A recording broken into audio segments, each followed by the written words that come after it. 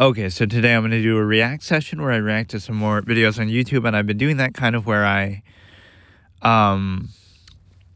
just have gone through with like some videos on my suggested, and I'll react to those, you know, whatever YouTube suggests based on what I've watched, which sometimes I can get kind of tiresome because it'll be sort of the same things over and over. The one thing that's weird about this is you'll notice that obviously we're not showing the videos on here, obviously, because I don't want to show anything, honestly, for copyright or whatever reason. So we're just showing this, but I'll tell you, like, the timestamp and the name of the video, like, when I'm starting, so you could sync it up or whatever, so you at least know what I'm watching. So one problem with this is I can't see my actual chat. Like, I guess I could go on YouTube on here. I could go on YouTube on here and watch my stream, and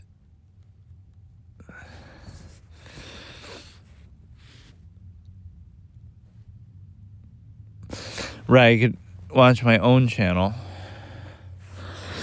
just to be able to see my chat. It's like, what if I don't know if it'll keep up with that even if I'm not. It's like I could just show that and I can just show only the chat. Right, so now I'm showing the chat, so I'm not showing anything visually on the screen except for that. So now from there I'd like to show some other visual of, like, I don't know, something related to what I'm doing, but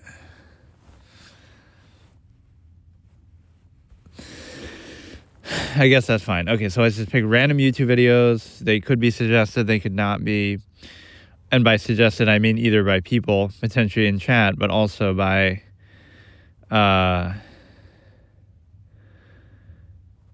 YouTube itself. Which, again, sometimes I'll criticize those because it's like it's too on the nose, right? Like, it shouldn't be the exact same thing. So here's one video that I was just watching anyway on my own earlier, is like this rap. It can open up like a whole topic, not just that we're looking at that one thing, but then we can look up similar things. So it's this Key and Peele skit of the guy doing like Killer Concept or whatever. He's singing the lyrics of how he potentially killed somebody. Right, I killed Darnell Simmons, and it's like, yeah, I shot him with a 9. I shot him 9 times, 9 on the dime. And by the way, it was November 9th. And then the funniest line is when he says I shot him with a long-ass gun and threw it in the aquarium. That's pretty funny. I've never seen too many of their clips, but you see them sometimes on YouTube as you're scrolling through. But you know what I could almost do is I could almost react to other streamers or stuff. Like gaming video. Let me look at the most viewed gaming videos and try to understand what made them so popular. Or I've even kind of done that with my own, where I sort of rated some of my own videos.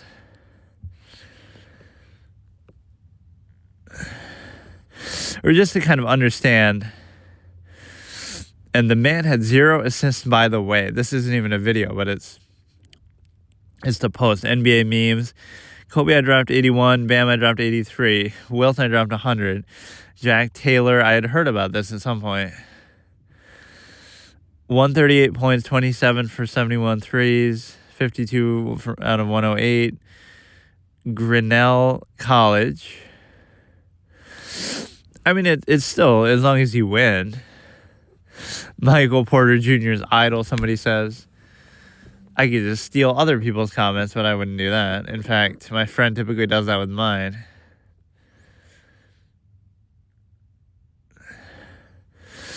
Anna Cramling in my suggested over here. I just don't know, like, the context of how to do this. Like,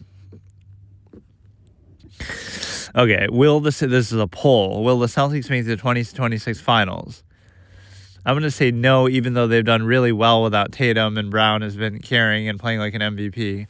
I wouldn't necessarily say that they'll make it all the way there. Although the East isn't that impressive. People will be... It's like the young team lesson year where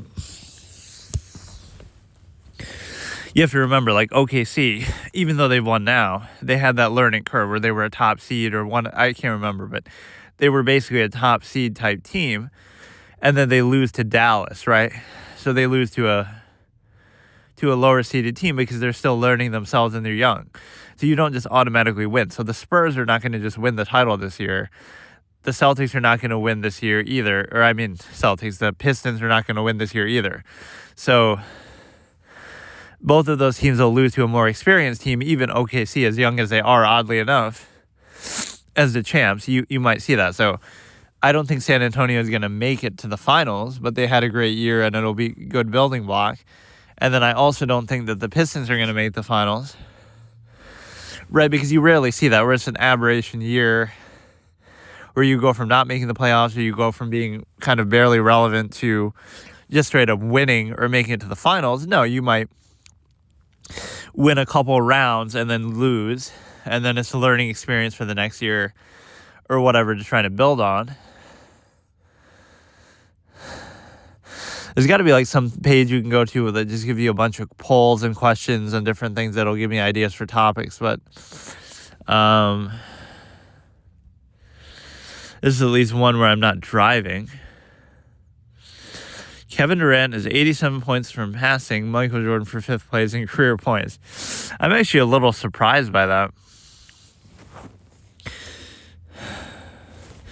I mean, remember, Jordan was 3rd when he retired. You have Karl Malone, you have... or he actually was probably 2nd. And then Karl Malone kept playing. Right, that probably... So he was probably above Karl Malone, and then Karl Malone kept playing, obviously, for a while. And then he surpassed him right later.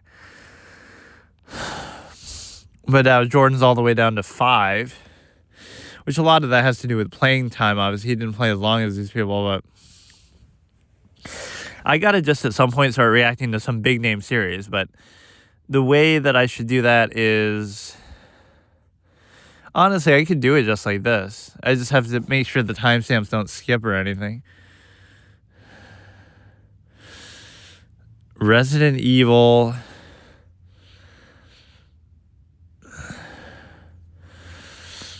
Requiem. I'm getting ads for that. Jodi Arias Trial, the classic that I can't get enough of. We Inherit Memories. Genius 10-year-olds research shock scientists around the world. Without even looking at that, that's kind of dumb, because to say, in a literal sense, do we inherit memories? No, we don't, because we're taught so many things by society. If you were just born in the jungle and you lived there, we wouldn't even know a language. We wouldn't know anything. So this is one of those weird, superficial, superstitious type subjects where we would focus on some inane thing like that, but we wouldn't focus on the years of indoctrination that we experienced in youth and so on. Like just think about that on a basic level, right? We're indoctrinated heavily in youth, and we just take that for granted, right? The fact that that's necessary shows you the artifice of society and contrivance. Like, oh, it's not absolute, and it requires that, and it's kind of...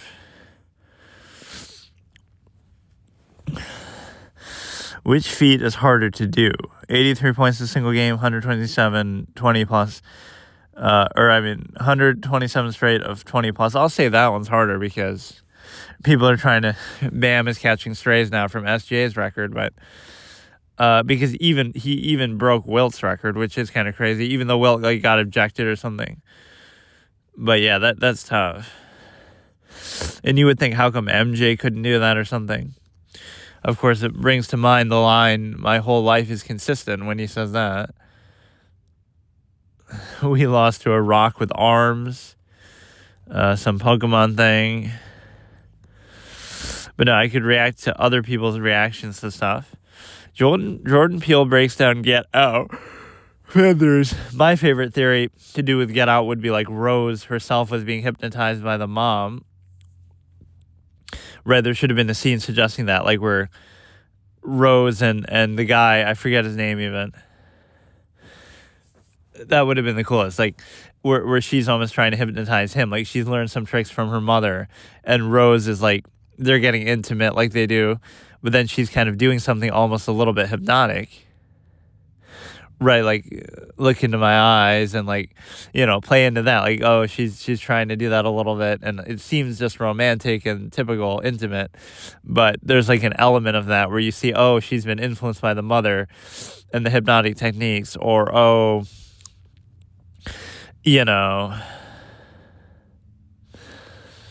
or even just showing her being hypnotized by the mother. Right, to show that maybe she wasn't like that, but the whole family might be like that under her spell, kind of thing. I feel like that was sort of a missed element, right? To show that, like, I don't know. I just kind of wanted to see something to do in that.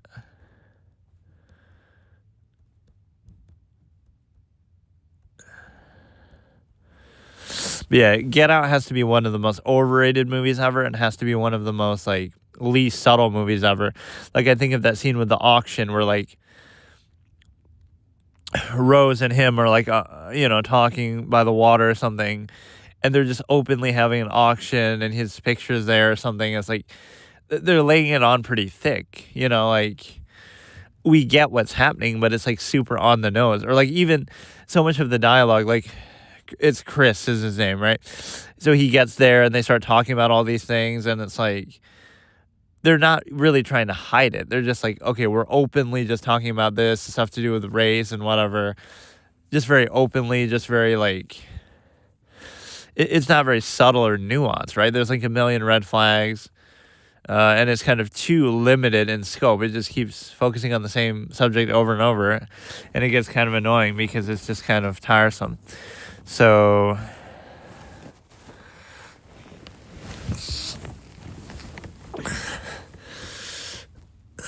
I don't even think it's a bad movie, but I think it's definitely overrated. And it's one of those subject matters, like, pretend it didn't have to do with that subject matter at a time where obviously people are very fixating on that whole race issues.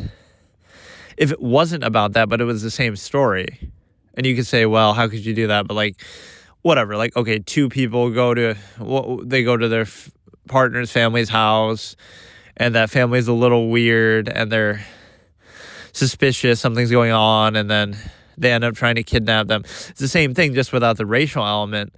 Then what would people say, right? It wouldn't have gotten the kind of attention it did. So it has this pseudo-race element that doesn't really tell us anything profound. It's just like a regular story. So it's using that honestly as a bit of a prop to get attention, because there's nothing really insightful about it.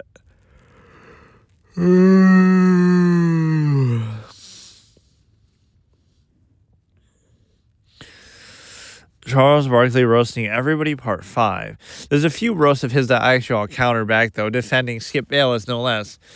Is like when he says, he said, this is me quoting Charles Barkley, like he says, I want to kill Skip Bayless, or I want to, if me and him were in a room, like only one of us would walk out, or he said similar things like that. It's like, that seems like, oh, haha, it's a joke, but you're threatening to do harm to somebody, and he's just saying it. Like, you could say it's a joke, but at some point that's not really even funny. There's no nuance to it. There's no joke. You don't like the guy, so you want to physically harm him. Like, in any other context, you wouldn't be able to get away with that. So even though I like Chuck, typically that just comes off as kind of dumb. There's really no joke or punchline. It's just like, the punchline is you want to punch him so hard that he actually gets hurt and actually dies. Like, that's not really...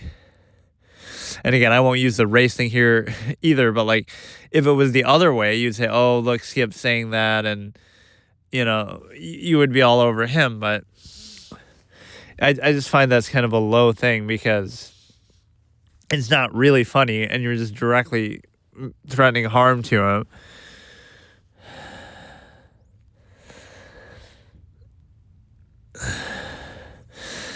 So I'm not even criticizing, that you're joking. You can make fun of the guy. Okay, he's a clown. He says all kind of stupid things. He's saying it just for attention. What's he going to do when LeBron retires? He owes LeBron half his paychecks. You can say all that, but never wish a good night to your friend's boyfriend. I've seen this one. I love some of these clips that are supposed to be like candid or incognito or whatever, but it's like, I don't know, that like their makeup will be perfectly done and oh, she's doing the pose and oh, like, come on. Like, there's a certain preparation that goes into all this. Her friend called her friend's boyfriend good night.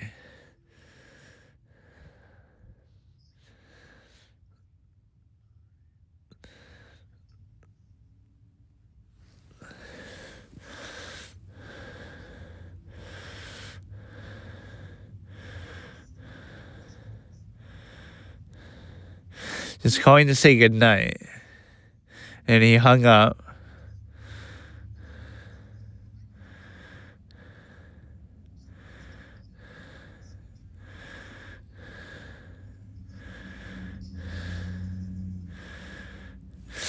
Because, of course, don't you see that this is a perfectly normal situation that doesn't reflect any possessive or insecure specification of stimuli acme, like that, yes, of course, if a female calls a male, it must be something stimuli acme related. There's no other purpose for their whole existence, right? That's why you have to react all negatively and you have to kind of test them. And so, it's one of these great examples that I always talk about, like, where something is posed as a false absolute.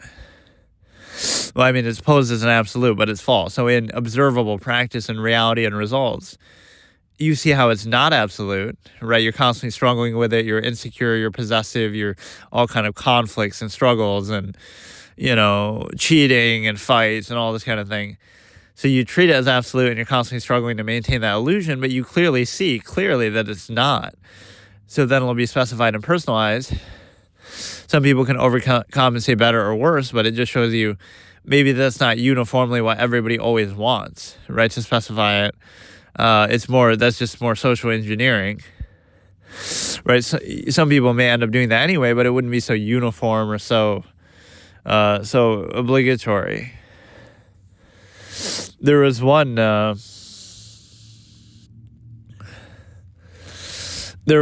thing, I was trying to do those music reactions where I kind of come up with a scene. I describe a scene like from a story or something that I make up based on the song, using that as inspiration. We get some of these Cerveza Crystal things where they did that in the Star Wars movies. They're playing them in some other country and they'll insert an ad into the movie of like, some of them are really goofy. A character reaching over and then they pick up a beer and start drinking it. It's just in the middle of the scene and it sings the song a little bit.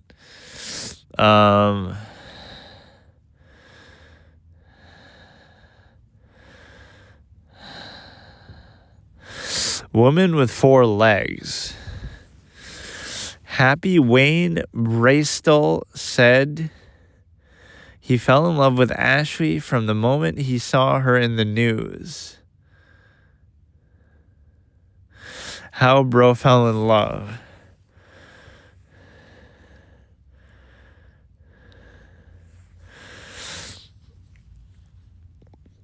This is from a tabloid magazine from the 90s.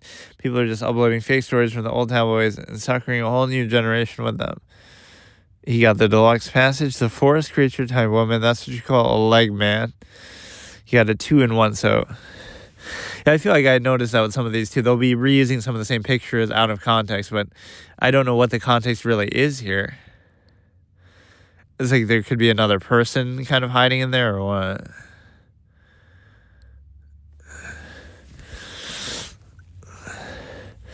These are like these little short meme type things that are...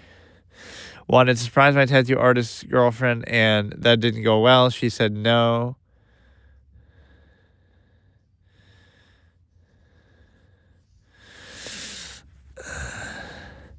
When you snitch on the serial killer, but the judge dismisses his case and you catch him looking at you across the room, You snitched on the serial killer, but the judge dismisses the case, and you catch him looking at you across the room.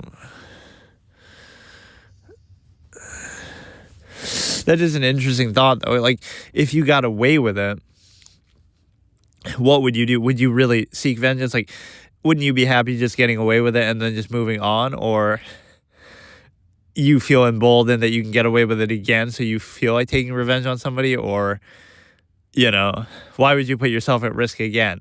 Then you'll go try to kill somebody who snitched on you, and then this time you'll actually get caught. Like, most responsible gun owner, I'm not even going to watch that. I wish I believed in myself the way Mike believes in Mike. Mike's Pizza. I'm the owner, and I think I did a pretty good job.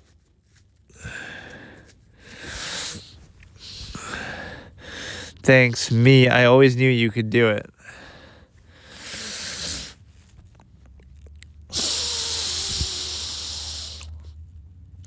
Dan Green quotes Yu-Gi-Oh! The Abridged series.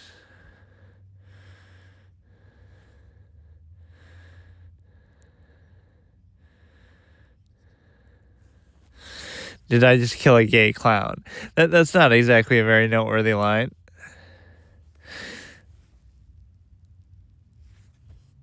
Or like even Little Karibo went back in those videos and said like, "Oh, these views don't represent who I am" and stuff.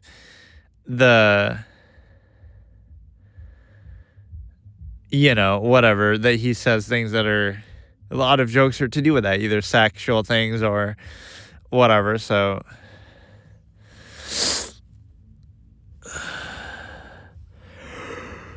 I'm honestly just not even sure what to watch.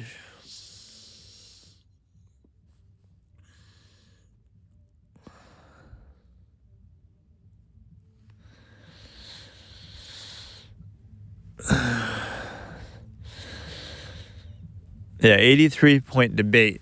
Is it stat padding? I mean, anytime you shoot below 50%, again, I won't bash it. I'd be kind of more lukewarm about it. I talked about this like in one of the other streams, but some of these Yu-Gi-Oh card names get so goofy.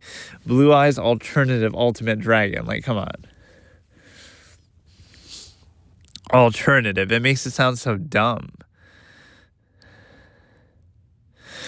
Or just there's one that's a straight up Blue Eyes Alternative White Dragon or something.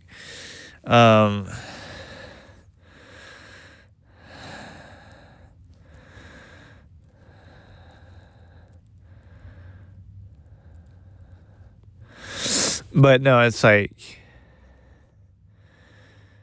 okay, is it stat padding? And it's like, you assume with a lot of these, the reason why they have so many points isn't because they're just like, okay, I just want to get a lot of points. They go into it and they're really hot. Like Bam had 30 in the first quarter or whatever. So these players are hot, and that's why they keep giving him the ball, and that's why he keeps shooting. So Kobe shot like 61%. Wilt shot a good percent. I mean, he's always going to shoot 50+% anyway.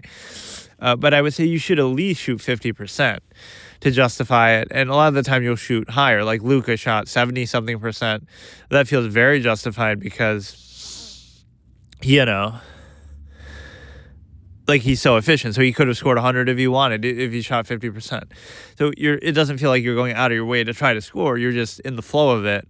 And you're so hot that nobody can complain, right? If you have 70 points and you shoot 76% or something, nobody's going to question that. The way that, right, nobody's going to question that. Whereas you would question it here a little bit. Like, okay, you weren't really that hot. As long as your team wins, I don't really care. But it's just kind of, I don't know. It's just a little bit odd because it's not the same thing.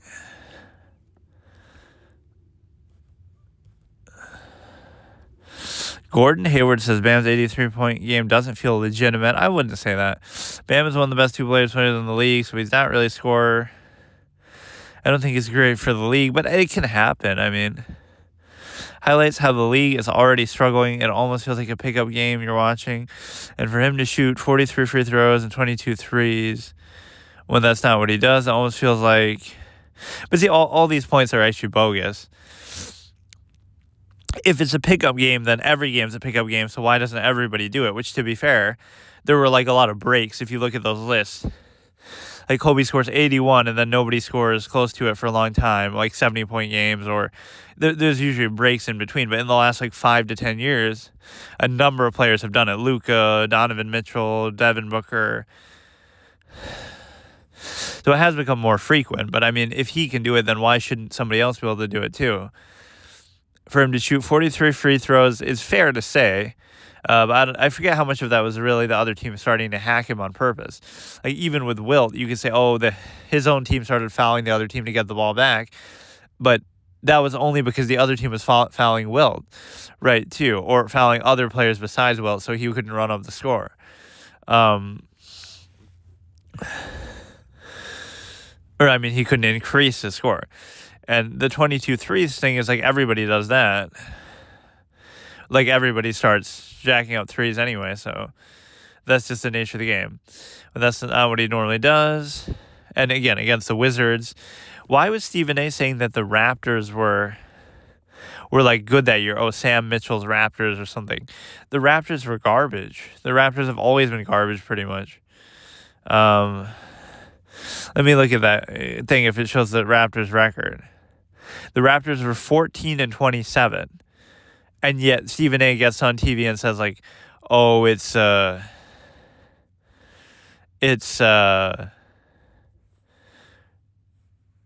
what do you mean? So saying it's the Wizards makes no sense. The Raptors were garbage. Right, the Raptors were trash. I don't know why they keep saying that.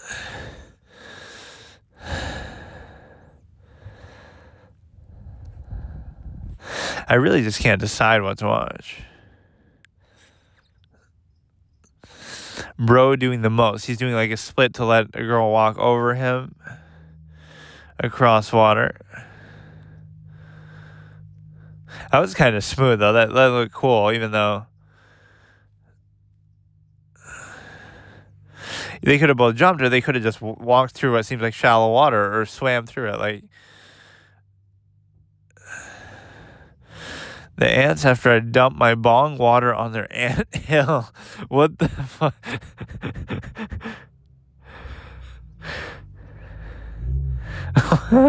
That's so oddly specific. The ants after I dumped my...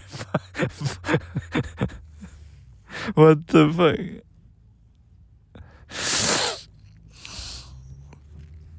Is that made by AI or not? I should try to guess. And like this term AI is so misused and stupid too. Like AI existed long before. You know, what do you think you were playing against in the 90s in video games as a kid? Like you're playing against AI, right? It's always anything. AI has been on computers for a long time and games for a long time. It just means it's become more sophisticated, obviously. But AI as a concept has been around for a long time. Probably the lamest thing you can do in pickup is double teaming, like Devin Booker getting double teamed because, but no, this is a video. It's like just, you would say, oh, you got to learn how to deal with that. But it's like, sure, it gives Devin Booker a chance to practice passing, but it doesn't give you a chance to practice defending. Like, so if you double team because you can't guard the guy, how are you learning from that? How are you practicing? So I do think that's kind of BS. Right, the point of practice is to learn how to do things, whether it be defend or score. So you can say, oh, double teaming is part of the game, but so you're practicing how to double team, right, rather than actually defend.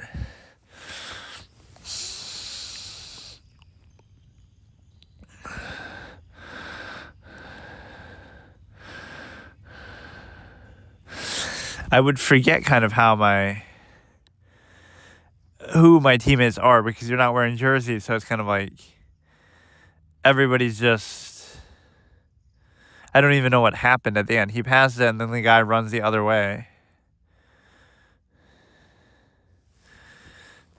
I don't know what happened to somebody on the other team. After the first player or two, you don't know your teammates and you're not locked in. But again, you're all wearing kind of the same thing.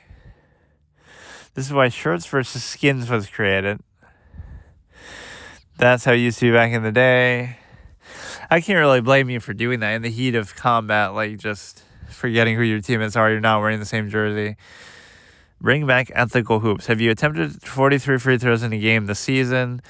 Bam, yes. Everybody else, no. No, that's a lot. Or how about ever, though? And that is sometimes dumb. Yeah, like, what if you're genuinely getting fouled? So what, you're just not allowed to shoot a certain number of free throws? So then they can hack you as much as they want. But if you shoot it, then somehow it's your fault.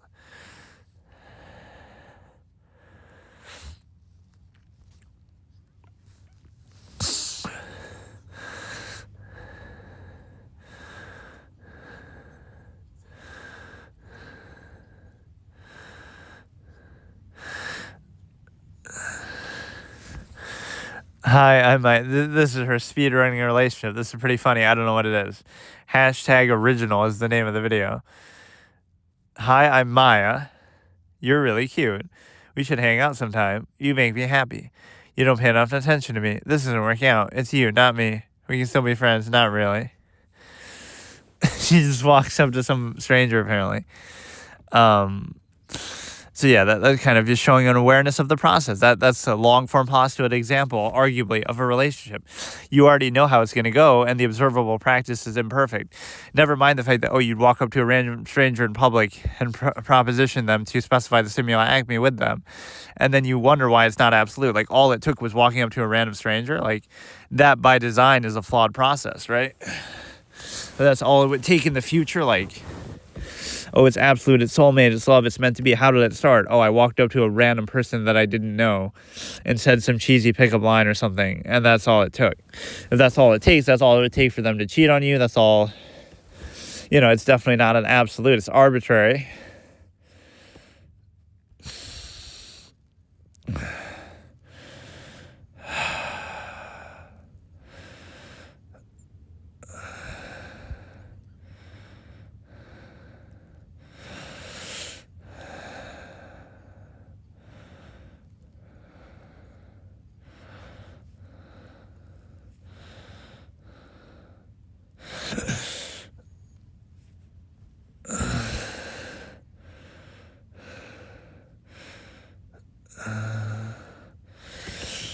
I thought they took this game offline. Fall Guys?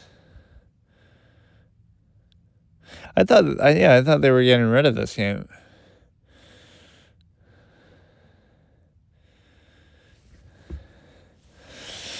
American soldiers saying goodbye with a kiss before leaving for Egypt in 1963. I don't know I can't really see what's happening in that picture.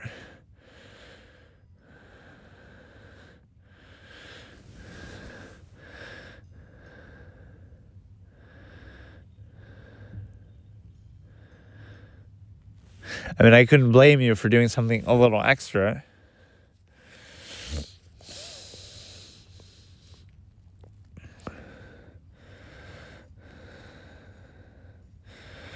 This is the villain Batman doesn't want to get rid of. And this is the Joker pumping the guy with a shotgun from inside. That guy doesn't even react in the truck either. Now the truck driver is deaf. And I mean, you would almost be deaf too. Apparently, this scene is improvised. It's supposed to happen as the Joker would pressure the driver to tell the police officer everything is fine, but instead he came to the set with a loaded shotgun and killed the actor playing the police officer. The scene was so in character, decided to leave in the final cut.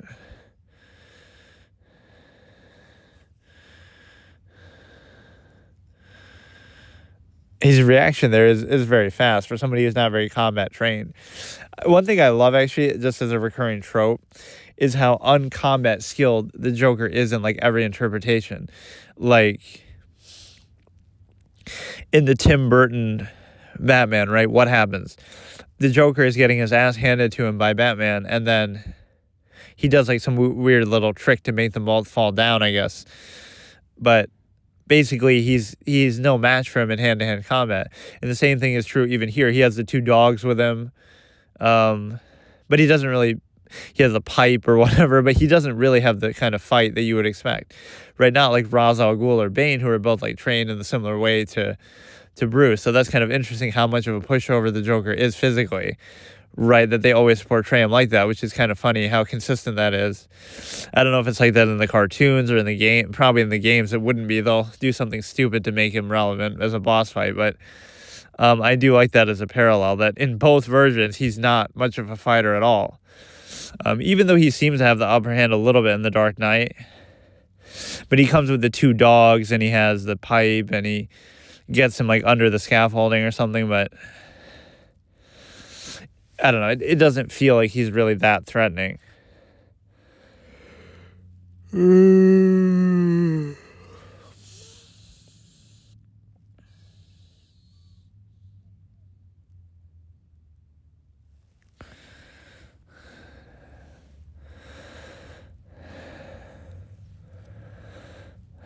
New generations are cooked. Them like all going under a wire versus the guy just lifts it up. The Batman logo has one strange detail. Can you spot it? This one looks different than that's not even how it looks normally, though, is it?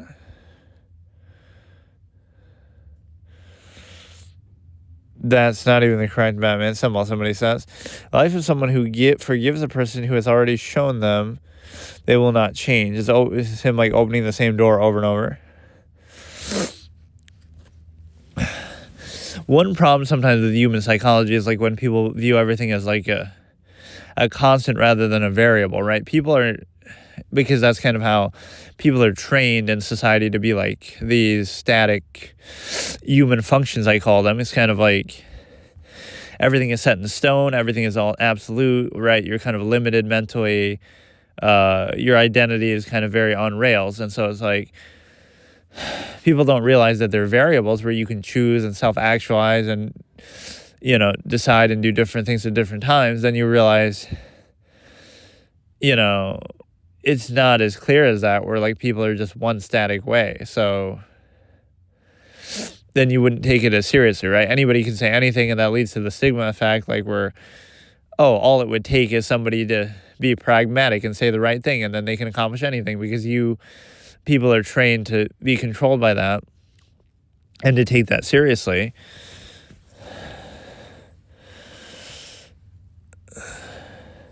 Wake up, stare at the 6.7-inch screen, work on a 16-inch screen, relax with the 55-inch screen, stare at a 6.7-inch screen, sleep. That's depressing. Repeat until death. But see, the problem with this perception too is there's a few problems with that. Like, first of all, you don't have to do any of that. You could choose it, right? Like, you choose to do that. Okay, don't look at the screen then. Look at a wall, like I said, use your imagination, or look at a piece of paper, or look at a book, or look at nature. It's kind of like, and what you're doing on the screens could be so variable, right? You could be reading all of the great works of human literature throughout all of human history, or you could be, watching, moving movies and whatever. Like, you could be creating some new technology, new apps, so it's kind of broad how just people talk about these things like, oh, it's a screen. Well, what did people do before screens? The same things that you do on screens, just less convenient, like reading a book. Well, you could read a book on the screen, or making a painting. You could make art on the screen. So you're kind of just generalizing. Like when people say, oh, the internet. Like, oh, these kids these days with the internet. Oh, yes, this internet, which is this vague thing that you can just dismiss and generalize. They could contain every work of literature ever in the history of humanity, and every movie ever, and every show ever, and the same sort of things you do anyway normally. The ability to communicate with everybody all across the world, stuff like that, And did he put 6.7-inch screen just to do the 6.7 meme, or is that actually what a lot of phone sizes actually are?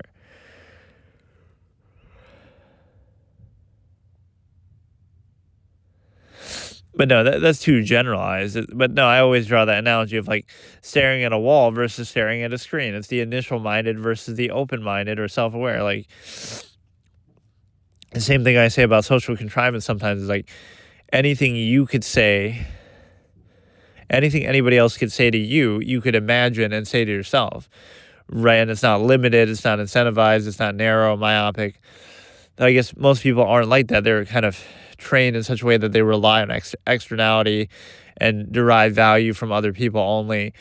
They can't just think for themselves. So if you're purely about a standard or base of value, you would see that, oh, anything anybody else could say to you, you could just say to yourself or think to yourself. So it doesn't really matter then who says it or what it is. It's just the same thing. So there's no special value to that. So it's like people trying to monopolize everything. So that's kind of the initial minded basis, though. So it's the same thing. Like, you could be sitting somewhere and staring at the wall, and it might be like, oh, that's crazy or that's weird. But you can imagine in your head as you're staring at the wall. Like right now, I'm just could have my eyes closed, or I could be looking at anything. And you could just think for yourself and think to yourself and then decide what to do from there. The same way that, okay, if you're watching a show or something, right, you're kind of... It's the same sort of process. So it's kind of weird that one would be perceived... Again, it just means you lack imagination, and so you rely on externality, and you don't think, and you want to be distracted.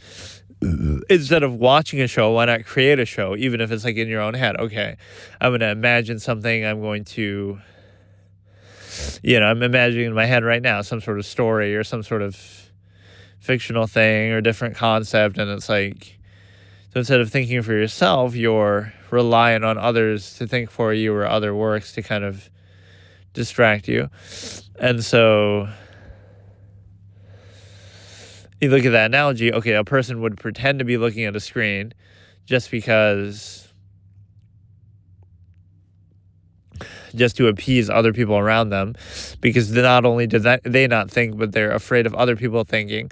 They fear thought. They've been taught to, propaganda about it.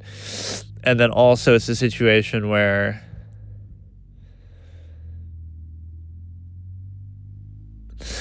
not only is it propaganda against thought, but it's also like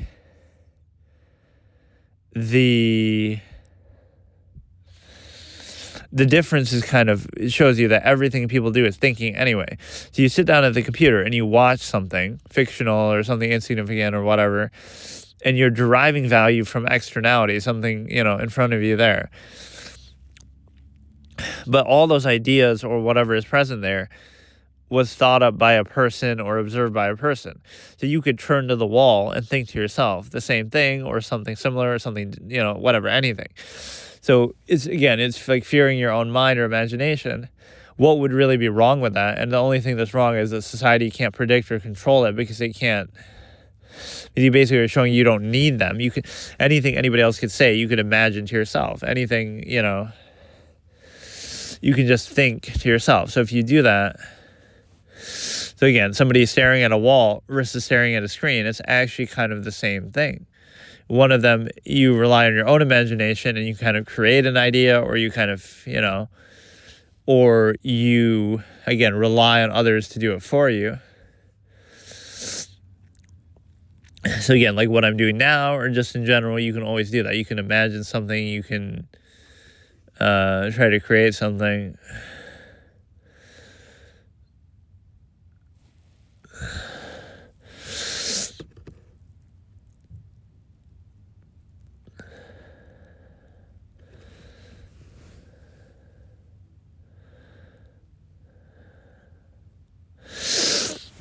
So I just keep scrolling through like these shorts and stuff, but I can't really decide what to watch, honestly.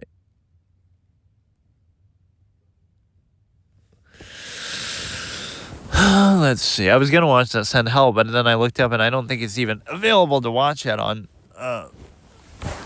streaming services the way that some of these movies are typically, like right when they come out or whatever. Like I just watched that Housemaid, but that was maybe from last year.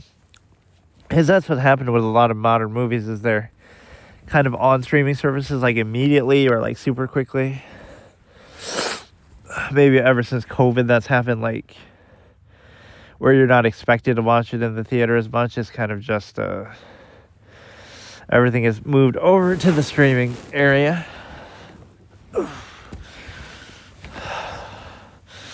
Yeah, that sort of sentiment is interesting. Like look at look at, like, okay, somebody, again, staring at the wall or just using their own mind. It's like whatever you're looking at on the screen is kind of the same thing. You're imagining something. I guess it leaves less to imagination, but historically speaking, right, everything is appealing to your thought anyway. Like, you're thinking to yourself, you're being distracted, it's simulating your mind, your imagination. So it just shows you that people aren't at peace with their own mind, or they lack imagination, so they rely on externality versus being able to think and create and come up with something for yourself. And there's always like this weird validation of means, like, oh, but it's not going to be like, you're not going to make money from your ideas or whatever. But it's not about that. It's just about the purity of it. Just imagine something to yourself, or just define for yourself how you think or what you think. And there's like a weird egotism supposedly in that, like, oh, that's egotistical to kind of think to yourself or whatever, which is really not at all. But it ends up being the same thing. It's like you just aren't aware of it, or, you know, you do everything again on the initial basis. So social contrivance is egotistical, or, you know, everything you do is non-base of self. So I don't know. I don't get the distinction, because it's very odd, because you basically are limiting yourself. You're kind of saying,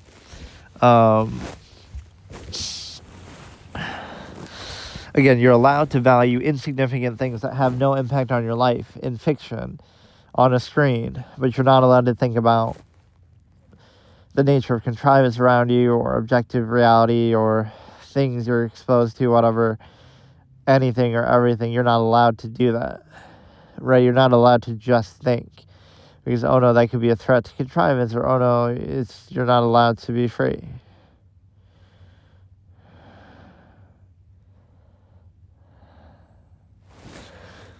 Right, so that's the analogy. So imagine that. Okay, somebody's sitting there in front of their computer, and they're pretending to be doing something on the computer, but really they're just thinking to themselves, which again ultimately would be the same thing. If you think to yourself, that's using your mind. If you're watching something on the screen, you're also using your mind. Not as much, I guess, because you're reacting to that, but like, it's appealing to or appeasing the same thing. Your mind is active, it's restless, and now you're trying to focus on that one thing to distract you.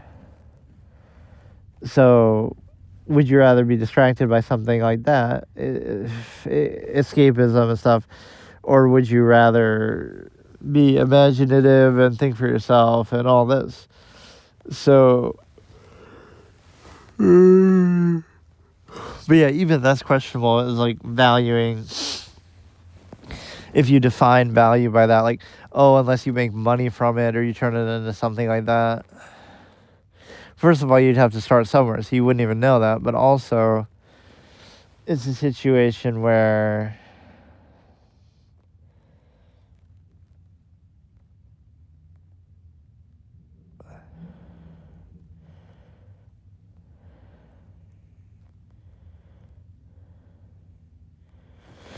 I don't know, just the idea of fearing thinking, or fearing, the mind and your own imagination. I always had this expression, like, you can imagine something better, right? This sometimes happens with the stimuli acme. Like, what you imagine, like, people put somebody on a pedestal, right? So you would imagine something better than what they actually are, right? So they're flawed, they're imperfect, they're subjective, whatever, but you'll put them on a pedestal, right? Just a crush or whatever, right? But then that's not actually reality. Or even, again, something similar with respect to the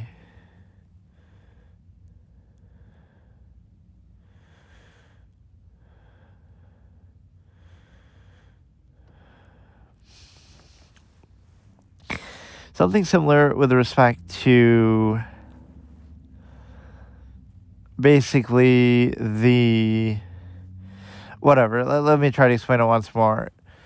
Like just, again, staring at a wall versus staring at a screen, like everything is going on in your mind anyway. So you can try to distract it and use it less and rely on externality like you do with the computer use.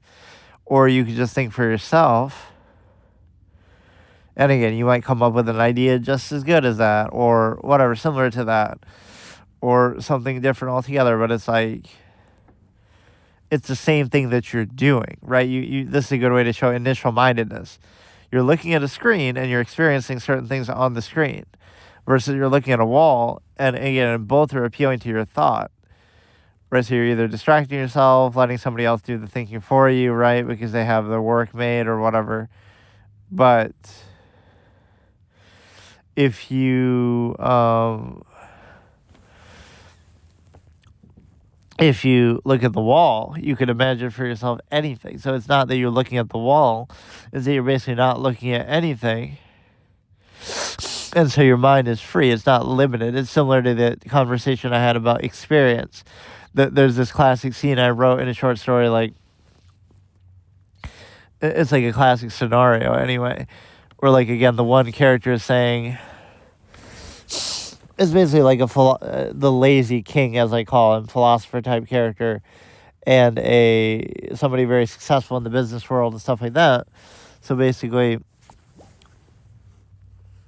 first of all, the comparison is posed like, one of them is lacks the ability to do all these things, and the other one is so accomplished, right? But that assumes the intent.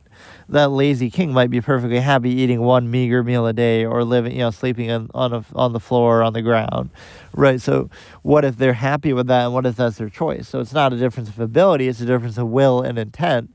They want different things, and they kind of turn it on them too and say, like,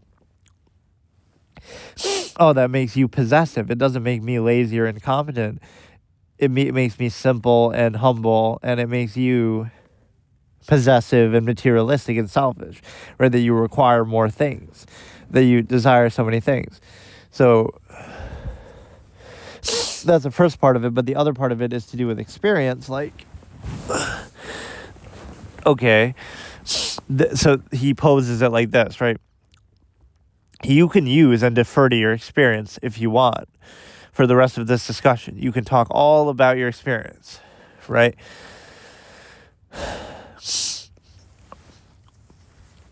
But so like,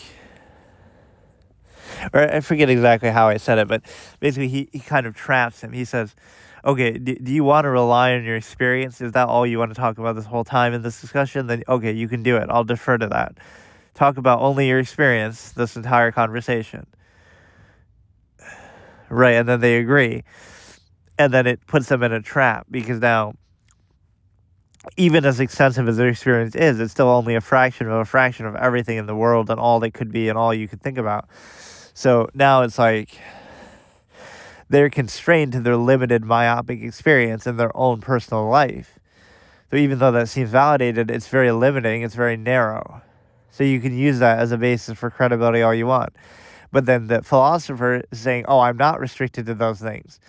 So now I can think about anything. I can discuss anything and everything in all of existence, right? Any idea possibly you could have. So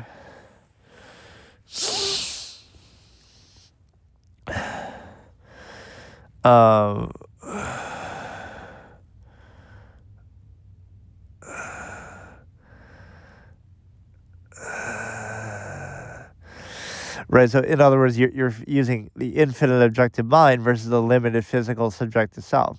Or you're using the infinite capacity of imagination and the mind. You can consider every idea, every concept, every standard, everything. Versus, oh, you're limiting yourself to only consider your own limited experience, no matter how extensive that seems to be. Right, the fact that you choose to rely or lean on that is a weakness, because it's always going to be limited compared to everything that you could possibly consider. So,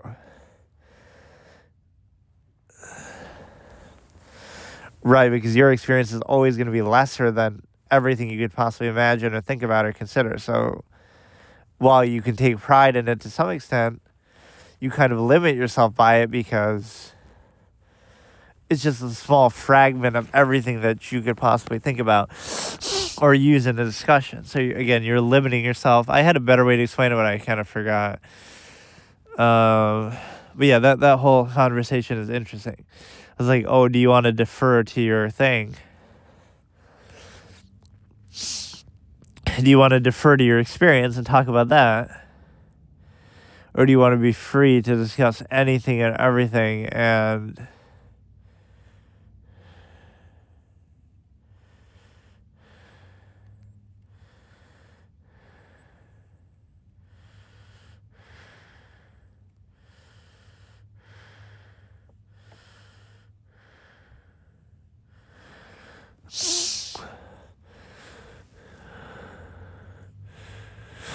right? So if you could choose one of the two, you say, would you rather have the infinite objective mind where you can think about anything, you can consider anything and everything in existence, or would you rather be limited to your own personal experience and narrow perceptions and all that?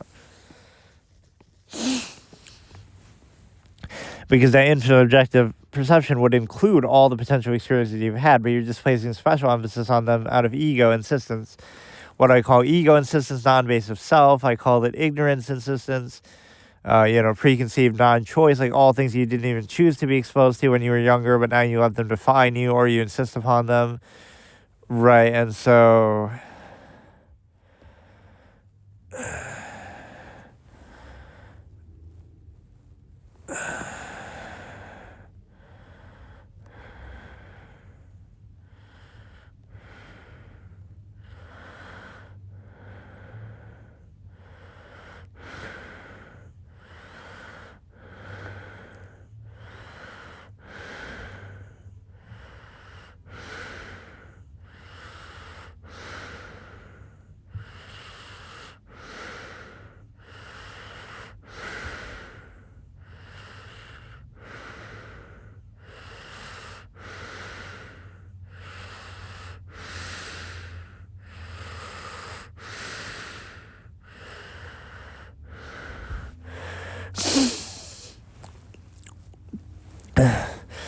But yeah, would you rather have infinite objective everything, which could include even the things that your personal experience would entail?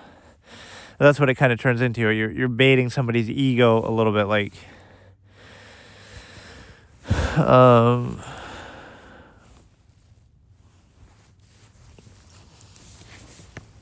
okay, you can take all your life experience and really use that and stand on that, which again is always going to limit you and give you almost a certain bias. But that, or you could have everything and consider everything in existence without limitation.